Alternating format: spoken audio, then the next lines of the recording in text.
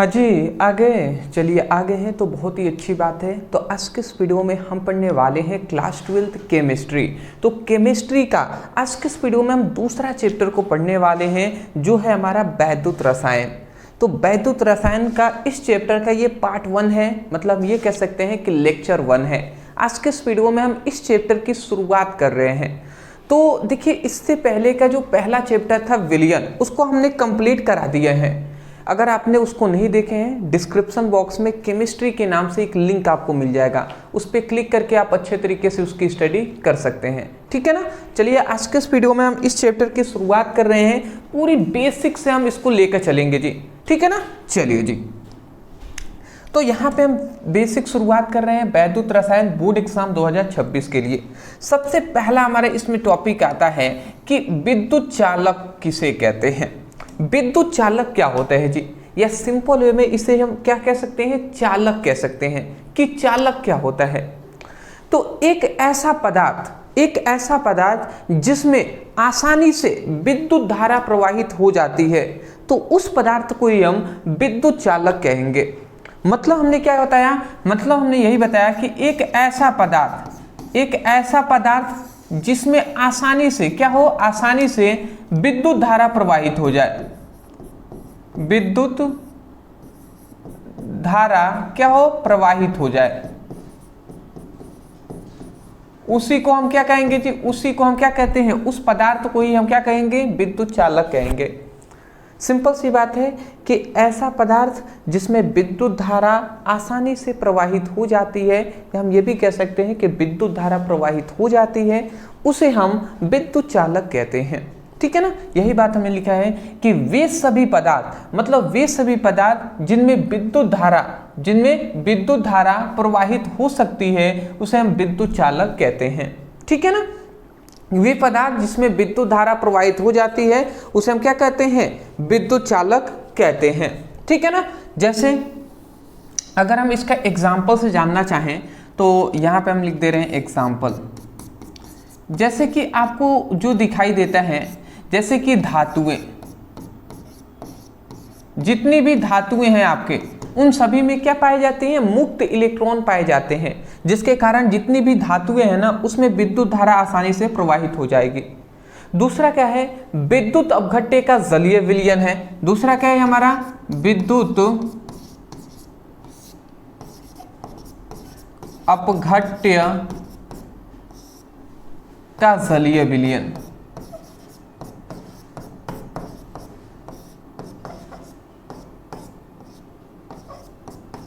तो विद्युत अपघट्य का जो जलीय विलयन है, इसमें भी क्या हो जाता है, विद्युत धारा प्रवाहित हो जाती है। तो मैं आशा करता हूं कि आपको समझ में आ गया होगा। सबसे पहली बात विद्युत धारा, और दूसरा हमारा विद्युत अपघट्य का जलीय विलयन है, जिसमें आसानी से विद्युत धारा क्या हो जाती है, प्रवाहित हो जाती है। क्योंकि जब विद्युत अपघट्य को जल में घोलते हैं ना, तो ये आयनों में टूट जाते हैं। आयन ही इलेक्ट्रॉनों के कार्य करते हैं, जिसके कारण आवेश क्या होता है, या विद्युत धारा प्रवाहित हो जाती है। ठीक है ना। तो ये सभी पदार्थ है जी। अदर और भी बहुत सारे हैं। दूसरा हमारा आता है कुचालक। अब कुचालक किसे कहते हैं जी, मतलब चालक के बिल्कुल उल्टे को ही हम कुचालक कहते हैं। इसमें क्या था कि वे सभी पदार्थ जिसमें विद्युत धारा प्रवाहित हो जाती है या हो सकती है, उसे हम विद्युत चालक कहते हैं। बट कुचालक का मतलब कि ऐसा पदार्थ जिसमें विद्युत धारा प्रवाहित नहीं हो सकती, तो उस पदार्थ को ही हम कुचालक कहेंगे। ठीक है ना। तो यही बात हमने लिखा है कि वे सभी पदार्थ जिसमें विद्युत धारा, जिसमें क्या हो रहे हैं, जिसमें विद्युत धारा क्या हो जाती है, प्रवाहित नहीं हो सकती, तो उसे हम क्या कहते हैं, उसे हम कुचालक कहते हैं।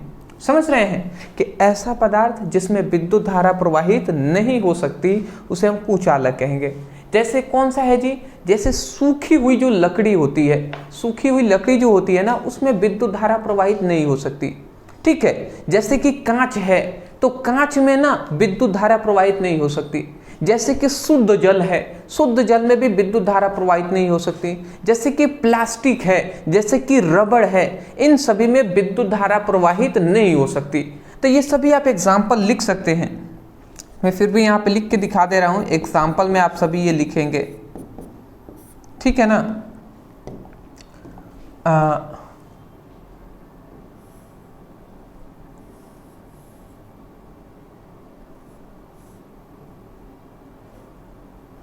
मैं थोड़ा सा कलर देख रहा हूँ कौन सा बेटर रहेगा।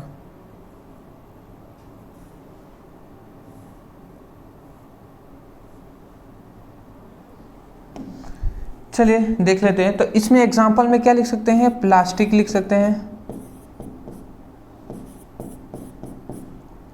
प्लास्टिक, रबड़ लिख सकते हैं, शुद्ध जल लिख सकते हैं,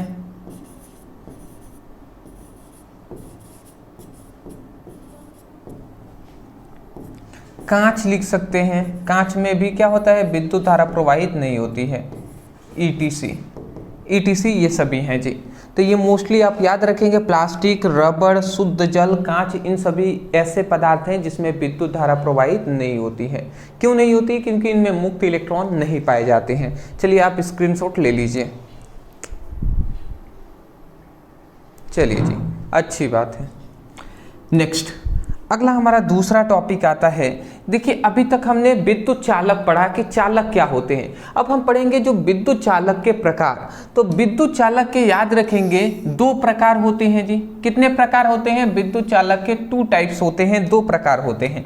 सबसे पहला होता है एक हमारा धात्विक चालक और दूसरा होता है विद्युत अपघटनीय चालक, जिसे आयनिक चालक के नाम से भी हम जानते हैं। तो चालक 2 प्रकार के होते हैं, एक है धात्विक चालक, एक है आयनिक चालक।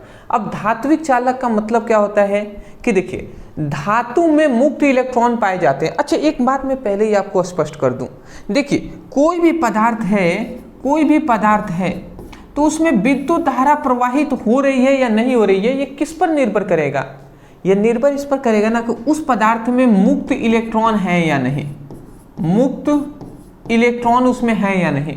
यदि कोई पदार्थ है जिसमें मुक्त इलेक्ट्रॉन है तो इसका मतलब 100% उसमें विद्युत धारा प्रवाहित होगा। अगर वो पदार्थ में मुक्त इलेक्ट्रॉन नहीं है तो ये भी 100% है कि उसमें विद्युत धारा प्रवाहित नहीं होगी। ठीक है ना, मुक्त इलेक्ट्रॉन हो या मुक्त आयन, ये दोनों होने चाहिए। तो इतनी बात समझ गए ना कि कोई भी पदार्थ है उसमें अगर विद्युत धारा प्रवाहित हो रही है इसका मतलब मुक्त इलेक्ट्रॉन उसमें है। ठीक है, तो देखिए धात्विक चालक का मतलब कि धातुओं में मुक्त इलेक्ट्रॉन पाए जाते हैं। बिल्कुल सही बात है जी कि धातुओं में क्या पाए जाते हैं, मुक्त इलेक्ट्रॉन पाए जाते हैं, और यह मुक्त इलेक्ट्रॉन ही धातुओं में विद्युत धारा प्रवाहित करने का कार्य करते हैं।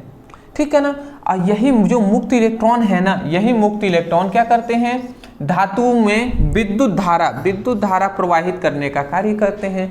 वही है जी धात्विक चालक। मतलब सिंपल सा या तो यही परिभाषा लिखते हैं कि धातुओं में मुक्त इलेक्ट्रॉन पाए जाते हैं और यह मुक्त इलेक्ट्रॉन ही धातुओं में विद्युत धारा प्रवाहित करने का कार्य करते हैं। ठीक है ना, या आप दूसरा भी लिख सकते हैं परिभाषा। आप क्या लिखेंगे कि ऐसा धातु, मतलब आप ऐसे लिख देंगे, ऐसा धातु जिसमें, धात्विक चालक का मतलब कि धात्विक चालक का परिभाषा क्या करेंगे कि ऐसा चालक जिसमें मुक्त इलेक्ट्रॉन के द्वारा ही विद्युत धारा प्रवाहित होता है उसे हम धात्विक चालक कहते हैं। ठीक है ना, बोल सकते हैं कि नहीं, कि ऐसा चालक जिसमें धातुओं के मुक्त इलेक्ट्रॉन के द्वारा ही विद्युत धारा प्रवाहित होता है उसे धात्विक चालक कहते हैं। तो एक तो परिभाषा हमने यहाँ पे लिख दिया है, एक शॉर्ट में परिभाषा में यहाँ पे लिख दे रहा हूँ, शॉर्ट में यहाँ पे मैं परिभाषा लिख दे रहा हूँ, ये भी आप लिख सकते हैं। क्या लिखेंगे कि ऐसा चालक जिसमें धातुओं के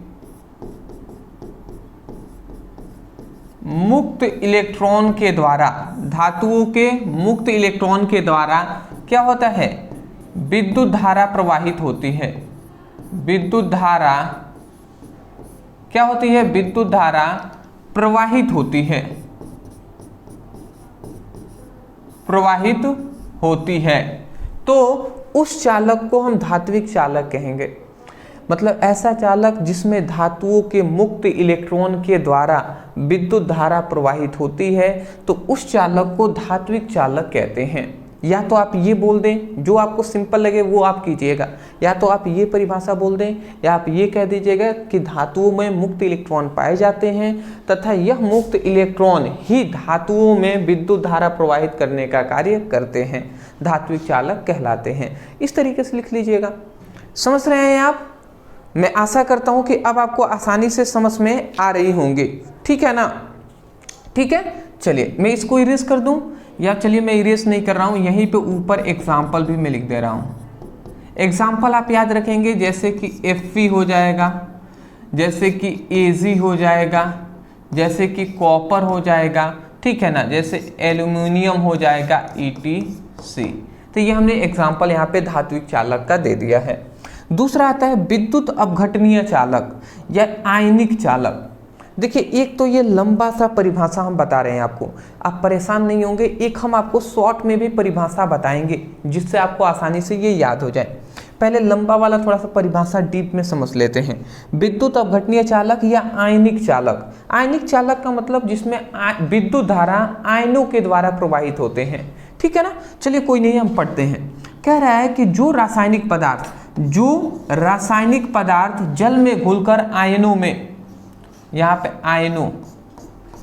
आयनों में टूट जाते हैं, उन्हें हम विद्युत अपघट्य कहते हैं। विद्युत अपघट्य कहते हैं। मतलब सिंपल सी बात है कि मतलब वह रासायनिक पदार्थ जो जल में घुलकर आयनों में टूट जाते हैं, उन्हें हम विद्युत अपघट्य कहते हैं, ठीक है ना। जो भी पदार्थ जल में घोलेंगे आयनों में टूट जाएंगे, जैसे कि NaCl है। तो अगर NaCl को अगर हम जल में घोलेंगे ना, तो ये Na+ और Cl- में टूट जाएंगे, Na+ और Cl- में टूट जाएंगे। तो वही कह रहे हैं कि ऐसा रासायनिक पदार्थ जो जल में घुलने पर आयनों में टूट जाते हैं, उन्हें हम क्या कहेंगे? उन पदार्थों को हम विद्युत अपघट्य कहते हैं। तो इतनी बात समझ गए। बट हमें आयनिक चालक का परिभाषा करना है, तो पहले हम विद्युत अपघट्य को समझ लिए। उसके बाद कह रहे हैं कि जल में घुलने पर उनमें मुक्त इलेक्ट्रॉन की तरह आवेश को प्रवाहित करने लगते हैं। मतलब क्या है कि जल में घुलने पर, मतलब जब हम विद्युत अपघट्य को जल में घोल देंगे तो घुलने पर जो ये मुक्त आयन है, ध्यान से समझेंगे, जो ये मुक्त आयन है वो मुक्त इलेक्ट्रॉन की तरह क्या करने लगते हैं? आवेश को प्रवाहित करने लगते हैं। मतलब आवेश मतलब विद्युत धारा प्रवाहित होने लगता है। इसलिए विद्युत अपघटन के लिए जलीय विलयन में विद्युत का सुचालक होते हैं। इसीलिए कहते हैं कि विद्युत जो अपघट्य है ना, विद्युत अपघट्य के जलीय विलयन, मतलब विद्युत अपघट्य जो है वो जलीय विलयन में क्या होते हैं? विद्युत के सुचालक होते हैं। मतलब जलीय विलयन में अगर हम विद्युत अपघट्य को जलीय विलयन में खोल देंगे तो ये इसमें विद्युत धारा प्रवाहित हो जाएगी। इन्हें आयनिक चालक इसलिए कहा जाता है क्योंकि विद्युत धारा का प्रवाह आयनों के द्वारा होता है। तो ये एक लंबा सा हमने परिभाषा बोल दिया है यहाँ पर। या आपको अगर एक सिंपल सा परिभाषा भी चाहिए तो मैं आपको दे सकता हूँ, विद्युत अपघटनीय चालक या आयनिक चालक का। बोलिए, मैं ये वो भी दे दूँ? ये आप जरूर पढ़ लीजिएगा, समझने का प्रयास आप कर रहे होंगे तो समझ में भी आ रहा होगा। यहाँ कुल मिलाजुला कर बात यही बताया गया है कि जो विद्युत अपघट्य होता है ना, विद्युत अपघट्य, उसको अगर हम जल में घोलेंगे तो वो आयनों में टूट जाते हैं। और ये जो आयन है ना, ये इलेक्ट्रॉनों के भांति व्यवहार करते हैं, इलेक्ट्रॉनों का कार्य करते हैं। और इलेक्ट्रॉन क्या करते हैं? आवेश को प्रवाहित करने लगते हैं, आवेश प्रवाहित होने लगता है इलेक्ट्रॉनों के कारण, मतलब विद्युत धारा प्रवाहित होने लगता है। तो उसी पदार्थ को हम क्या कहेंगे? आयनिक चालक कहेंगे। तो आप क्या परिभाषा बोल देंगे कि ऐसा चालक। अब देखिए, एक छोटा सा हम परिभाषा आपको बता रहे हैं। क्या बोलेंगे कि ऐसा चालक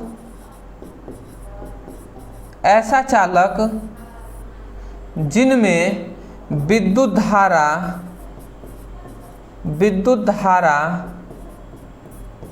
का प्रवाह आयनों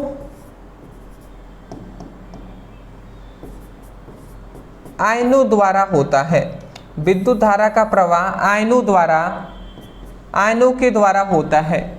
मतलब ऐसा चालक जिसमें विद्युत धारा का प्रवाह आयनों के द्वारा होता है, तो उस चालक को हम विद्युत अपघटनीय चालक या आयनिक चालक कहते हैं। समझ में आ गया ना? नॉर्मल सा परिभाषा है कि ऐसा मतलब ऐसा चालक जिसमें विद्युत धारा का प्रवाह आयनों के द्वारा होता है, तो उस चालक को विद्युत अपघटनीय चालक कहते हैं या आयनिक चालक कहते हैं। मैं आशा करता हूं अब आप समझ गए होंगे। पहले आप स्क्रीनशॉट ले लीजिए।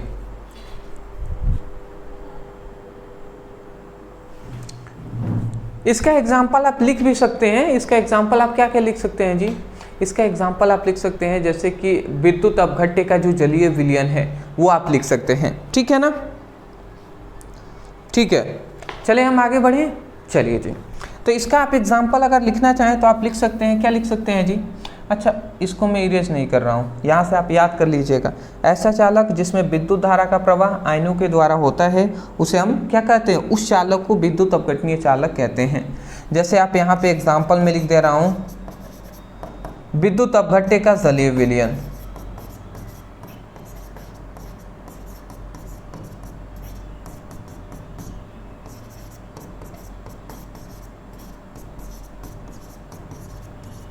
विद्युत अपघट्य का जलीय विलयन वो क्या हो जाएगा? विद्युत अपघटनीय चालक के भी एग्जाम्पल हो जाएंगे। अगला हमारा आता है विद्युत अपघटन के प्रकार। अब विद्युत अपघटन क्या होते हैं ये आप समझ जाइए। विद्युत अपघटन दो प्रकार के होते हैं। एक हमारा होता है प्रबल विद्युत अपघट्य। ठीक है, अच्छा यहाँ पे विद्युत अपघटन नहीं होना चाहिए, यहाँ पे विद्युत अपघट्य होना चाहिए। समझ रहे हैं ना? विद्युत अपघट्य यह है। तो विद्युत अपघट्य के दो प्रकार होते हैं, एक है प्रबल विद्युत अपघट्य, एक है दुर्बल विद्युत अपघट्य। अब प्रबल विद्युत अपघट्य क्या होते हैं, दुर्बल विद्युत अपघट्य क्या होते हैं, जस्ट अ सेकेंड में अभी आपको बता रहा हूं। ये जो फैन है ना, मैंने उसको थोड़ा सा स्लो कर दिया है जिससे कि आपको वॉइस में कोई प्रॉब्लम ना आए। ठीक है ना? थोड़ी सी गर्मी होगी, मैं उसको सह लूँगा, बट मैं चाहता हूँ कि आपको जो क्वालिटी है यहाँ पे प्रोवाइड की जा रही है वो बेस्ट क्वालिटी को आपको मिले। चाहे वो वीडियो में हम जो पढ़ा रहे हैं वो आपको मिले या साफ साफ आपको दिखाई दे, इससे भी बेस्ट क्वालिटी होनी चाहिए। ठीक है ना? चलिए, प्रबल विद्युत अपघट्य, दुर्बल विद्युत अपघट्य। विद्युत अपघट्य जो होते हैं वो दो प्रकार के होते हैं, प्रबल और दुर्बल। अच्छा, मैं आपसे थोड़ा सा एक क्वेश्चन करूँगा, प्रबल मतलब क्या होता है और दुर्बल मतलब क्या होता है? अगर पता है तो अच्छी बात है, नहीं पता है दोस्त तो ध्यान से समझेंगे। प्रबल का मतलब होते हैं मजबूत। ठीक है ना? प्रबल का मतलब क्या होता है? मजबूत होता है। और दुर्बल मतलब क्या होता है? कमजोर होता है, वीक होता है। मतलब प्रबल मतलब स्ट्रॉन्ग और दुर्बल मतलब क्या होता है? वीक। ठीक है ना? तो प्रबल विद्युत अपघट्य, विद्युत अपघट्य किसे कहते हैं? कि ऐसा पदार्थ जिसको जल में घोलने पर आयनों में टूट जाते हैं, वही ना विद्युत अपघट्य है जी। तो प्रबल मतलब मजबूत विद्युत अपघट्य। मजबूत विद्युत अपघट्य का मतलब कि ऐसा विद्युत अपघट्य जो जल में घोलने पर पूर्णतः आयनित हो जाते हैं। मतलब कैसा भी जल में अगर जैसे ही हम घोल देते हैं तुरंत आयनित हो जाएंगे, वही हमारा क्या होगा? प्रबल विद्युत अपघट्य होगा। तो देखिए यहाँ पे हमने परिभाषा भी लिखा हुआ है, ध्यान से समझेंगे कि ऐसा पदार्थ जो जल में घुलकर लगभग पूर्णतः रूप से आयनों में टूट जाते हैं। लगभग पूर्ण रूप से, यहाँ पे देख रहे हैं ना, लगभग पूर्ण रूप से आयनों में टूट जाते हैं, तो उसे हम प्रबल विद्युत अपघट्य कहते हैं। समझ रहे हैं कि ऐसा पदार्थ जो जल में घोलने पर लगभग पूर्ण रूप से आयनों में टूट जाएंगे, मतलब कंप्लीट रूप से ये टूट जाएंगे आयनों में, तो उसे हम प्रबल विद्युत अपघट्य कहते हैं। जैसे कि एग्जाम्पल अगर मैं आपको देना चाहूँ, जैसे कि हमारा सबसे अच्छा है NaCl। NaCl एक विद्युत अपघट्य है। इसको जैसे ही अगर हम जल में घोलेंगे ना, जैसे ही इसको हम जल में घोलेंगे तो ये होगा ये ना कि सबसे पहले तो ये Na+ और Cl- में टूट जाएगा। तो ये हमारा क्या है? एक प्रबल विद्युत अपघट्य है। आशा करता हूं कि प्रबल विद्युत अपघट्य जो है ये आपको समझ में आ गई होंगी। ठीक है ना? चलिए, दूसरा हमारा आता है दुर्बल विद्युत अपघट्य। दुर्बल विद्युत अपघट्य का मतलब ऐसा पदार्थ जो जल में घुलकर बहुत कम मात्रा में आयनों में टूटते हैं। क्या होता है जी? बहुत ही कम मात्रा में, बहुत ही कम मात्रा में आयनों में टूटते हैं, तो उसे हम दुर्बल विद्युत अपघट्य कहते हैं। ठीक है? कि ऐसा विद्युत अपघट्य जो बहुत ही कम मात्रा में आयनों में टूटते हैं उसे हम दुर्बल विद्युत अपघट्य कहते हैं। मैं आशा करता हूं कि आपको समझ में आ गई होंगी, ठीक है ना। जैसे कि क्या हम दे सकते हैं, जैसे कि K4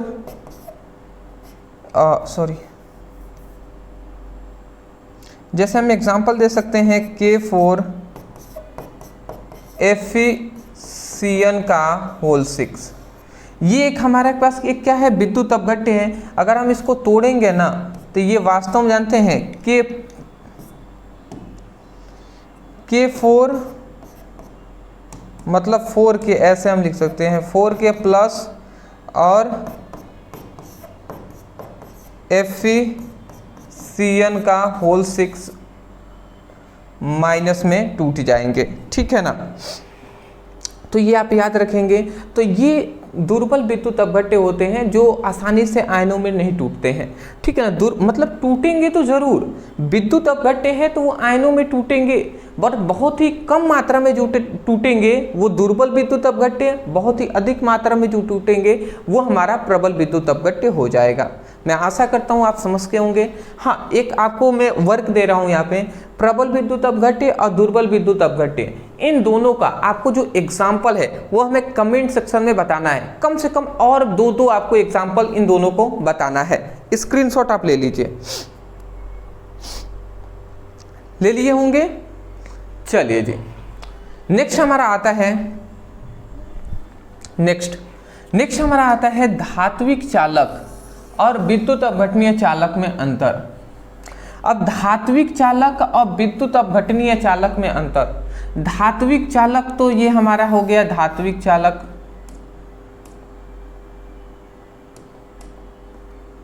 ये हमारा हो गया धात्विक चालक। विद्युत अपघटनीय चालक को ही हम आयनिक चालक भी कहते हैं, ठीक है ना। तो अभी ना हमने बताया जी धात्विक चालक क्या होते हैं, विद्युत अपघटनीय चालक क्या होते हैं, कि ऐसे चालक जिसमें धातुओं के इलेक्ट्रॉनों द्वारा विद्युत धारा प्रवाहित होता है उसे धात्विक चालक कहते हैं। अब विद्युत अपघटनीय चालक किसे क्या हमने बताया था, कि ऐसा चालक जिसमें विद्युत अपघट्य के आयनों के द्वारा विद्युत धारा प्रवाहित होता है उसे हम विद्युत अपघटनीय चालक कहते हैं, ठीक है। चलिए फिर भी हम यहाँ पे अंतर में आपको 2-3 पॉइंट्स है, इसको हम लिखते हुए समझाते हुए चलेंगे। सबसे पहला आता है धात्विक चालक में कि विद्युत धारा का प्रवाह मुक्त इलेक्ट्रॉनों के द्वारा होता है। सही बात है जी, विद्युत धारा का प्रवाह धात्विक चालक में मुक्त इलेक्ट्रॉनों के द्वारा होता है। और इसमें क्या होता है, विद्युत धारा का प्रवाह मुक्त आयनों के द्वारा होता है, इसमें आयनों के द्वारा होता है। सही बात है। दूसरा मतलब इसमें मुक्त इलेक्ट्रॉनों के द्वारा आवेश का प्रवाह होता है और इसमें आयनों के द्वारा प्रवाहित होता है, जैसे कि Na प्लस और Cl माइनस, ये हमारे आयन ही तो हैं अगर तोड़ेंगे तो इसके द्वारा। अगला आता है कोई रासायनिक परिवर्तन नहीं होता है। मतलब सिंपल सी बात है कि धात्विक चालक में कोई भी रासायनिक परिवर्तन नहीं होता है, परंतु विद्युत अपघटन में क्या होता है, विद्युत मतलब इनमें विद्युत अपघट्य, मतलब यहाँ पे क्या होता है, विद्युत अपघट्य का विघटन होता है। विद्युत अपघट्य इसमें क्या होता है, विद्युत अपघटनीय चालक में विद्युत अपघट्य का क्या होता है, विघटन होता है। विघटन का मतलब विद्युत अपघट्य जो होते हैं वो टूटते हैं आयनों में, जैसे कि Na प्लस, ये एक विद्युत अपघट्य है, ये आयनों में टूट जाते हैं, जैसे कि Na प्लस और Cl माइनस में टूटते हैं, बट ऐसा इसमें नहीं होता है। अगला हमारा तीसरा इसमें कहा गया है कि इनमें द्रव्यमान का स्थानांतरण नहीं होता है। मतलब इसमें क्या है, धात्विक चालक में द्रव्यमान जो होता है, मास होता है, उसका स्थानांतरण नहीं होता है, एक पदार्थ से दूसरे पदार्थ में नहीं जाते हैं, परंतु इसमें द्रव्यमान का स्थानांतरण मतलब धात्विक जो चालक कहते हैं ना, इसमें मुक्त इलेक्ट्रॉन पाए जाते हैं ना, ठीक है। तो इन दोनों में धात्विक चालक, इन दोनों में तो द्रव्यमान का स्थानांतरण नहीं होगा ना। धात्विक चालक है तो इसमें मुक्त इलेक्ट्रॉन पाए, इसमें आयन पाए जाते हैं, मुक्त इलेक्ट्रॉन पाए जाते हैं, तो धात्विक चालक है तो उसमें अपना Cl माइनस टूटेंगे।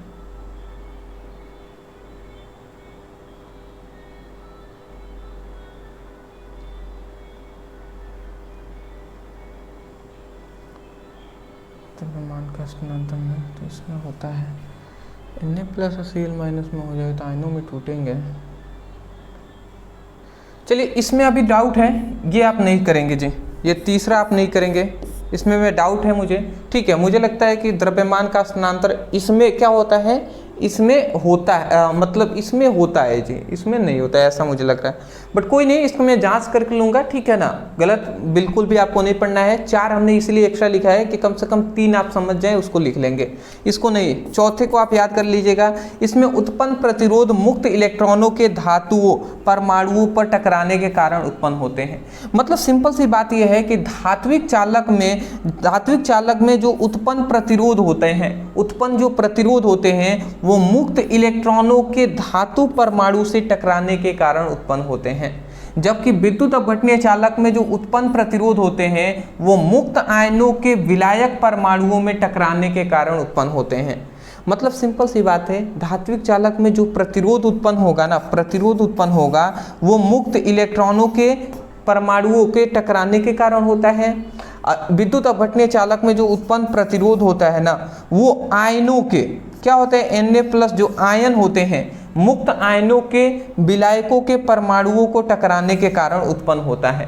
मतलब इसमें इलेक्ट्रॉनों के टकराने के, इसमें मुक्त आयनों के टकराने के कारण उत्पन्न होते हैं। चलिए आप स्क्रीनशॉट आप ले लीजिए इसका।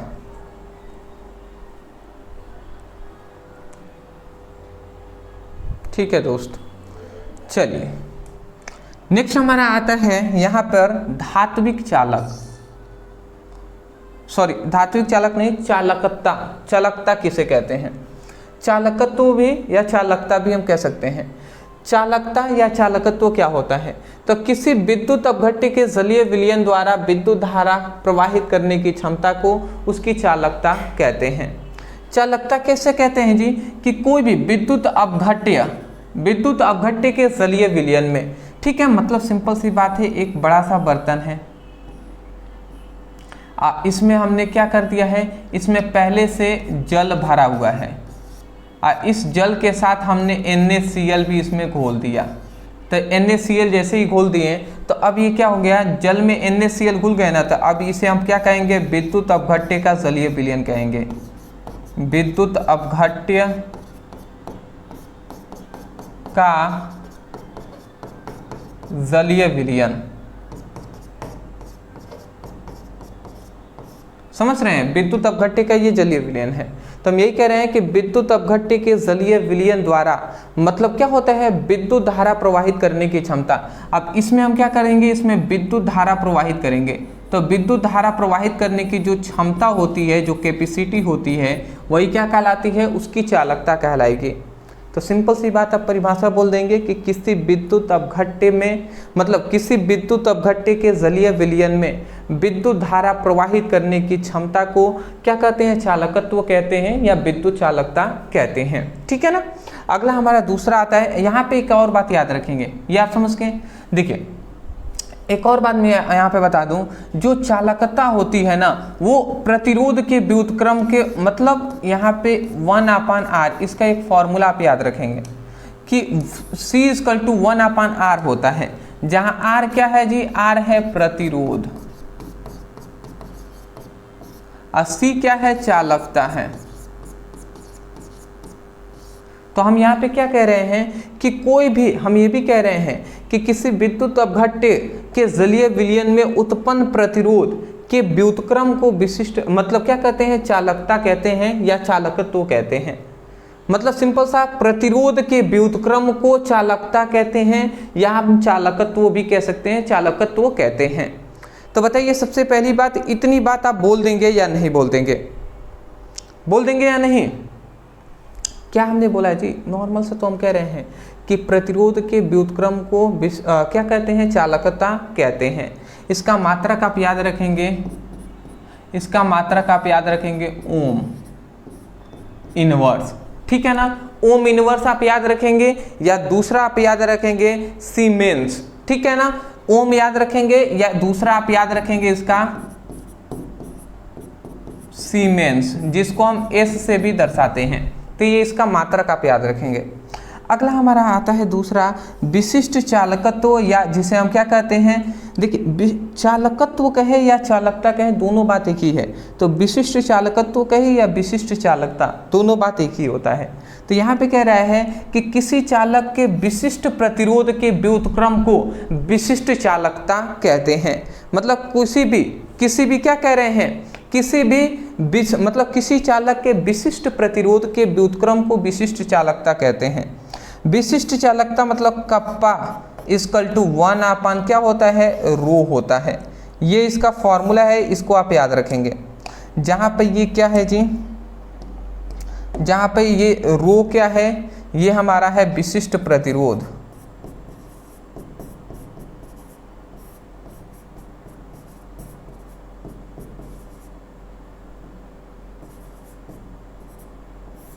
ये विशिष्ट प्रतिरोध है, ये हमारा विशिष्ट चालकता है।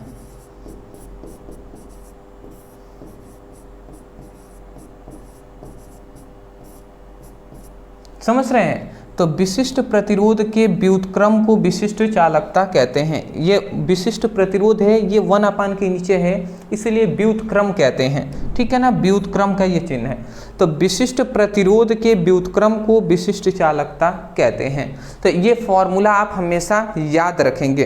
ठीक है ना, चलिए आपको हमेशा याद रहेगा ना, याद रहेगा कि नहीं आसानी से, आप हमेशा याद हो रहना चाहिए। ठीक है ना, चलिए यहाँ पे चलिए जी, ठीक है, चलिए आज के लिए हम फिलहाल इतना ही रहने देते हैं। ठीक है ना, आज के लिए फिलहाल हम इतना ही रहने देते हैं। ये पहली क्लास है इस चैप्टर का। पहली क्लास में हमने लगभग 6 इंपॉर्टेंट टॉपिक पर डिस्कस किए हैं।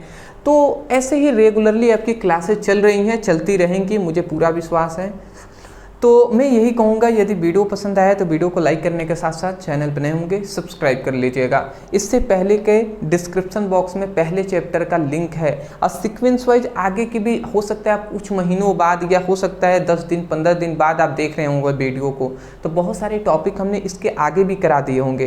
तो केमिस्ट्री के लिंक पर क्लिक करेंगे, sequence wise chapter wise video आपको मिलेंगे, वहाँ से क्लिक करके आप सीक्वेंस वाइज पढ़ाई कीजिए। ठीक है ना, और सुबह में इंपॉर्टेंट टॉपिक हम एक एक स्मॉल टॉपिक करा रहे हैं, तो वहां से आप फिजिक्स की, केमिस्ट्री की इंपॉर्टेंट टॉपिक की भी स्टडी कर सकते हैं। इसमें तो हम सभी कंप्लीट आपको ना टॉपिक करा रहे हैं, तो मैं आशा करता हूं समझ गए होंगे। अदरवाइज यदि आप भी अपनी फिजिक्स और केमिस्ट्री का अच्छे तरीके से तैयारी करना चाहते हैं, तो हमने आपके लिए फिजिक्स केमिस्ट्री का कंप्लीट PDF नोट्स प्रोवाइड कर रहे हैं। तो नीचे आपको नंबर दिखाई दे रहा होगा व्हाट्सएप का, इस नंबर पे मैसेज कर लीजिएगा। वहाँ पे कहिएगा सर हमें फिजिक्स केमिस्ट्री का फुल नोट्स चाहिए या कंप्लीट नोट्स चाहिए, तो ओनली आपको 199 में आपको पूरी फिजिक्स और केमिस्ट्री का कंप्लीट नोट्स दिए जा रहे हैं। बेहतर नोट्स है जी, सिंपल लैंग्वेज में हमने उसको प्रोवाइड किया है।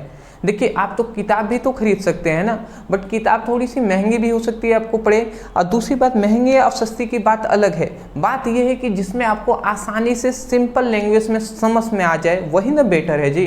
तो मेरा यही लैंग्वेज है, जिस तरीके से मैं यहाँ पे पढ़ा रहा हूँ या सिखा रहा हूँ, तो इसी लैंग्वेज में आपको वहाँ पे भी मिलेंगी, तो वहाँ से आप अच्छे तरीके से स्टडी कर सकते हैं। तो ओनली 199 में फिजिक्स केमिस्ट्री दोनों ही आपको मिल जाएंगे। फिजिक्स के 14 चैप्टर, केमिस्ट्री के आपके 10 चैप्टर, लगभग 24 चैप्टरों का नोट्स हम दे रहे हैं ओनली 199 में। तो नीचे नंबर है, मैसेज कर लीजिए, आ जाइए इसको ले लीजिए। डिस्क्रिप्शन बॉक्स में सभी सब्जेक्ट का भी लिंक है, व्हाट्सएप ग्रुप, टेलीग्राम ग्रुप और इंस्टा का लिंक है, उसमें ज़रूर फॉलो कर लीजिएगा। Thank you so much for watching this video. Thank you.